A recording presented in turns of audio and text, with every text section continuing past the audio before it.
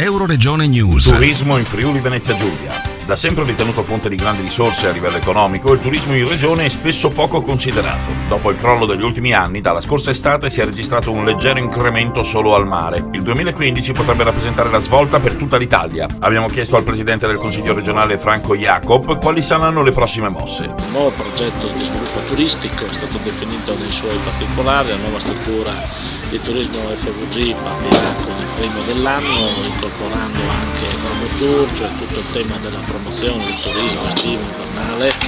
Saremo protagonisti a Expo con tutto il tema dell'enogastronomia, vino, prodotti.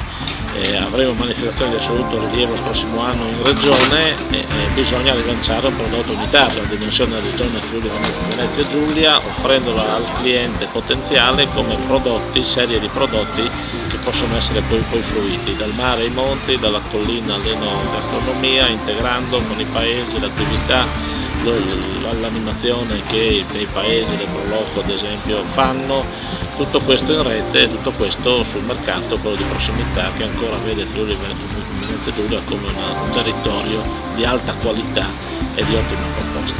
Dal Medio Friuli per Euroregione News, Marco Mascioli. I nostri servizi sono disponibili su internet all'indirizzo www.euroregionenews.eu.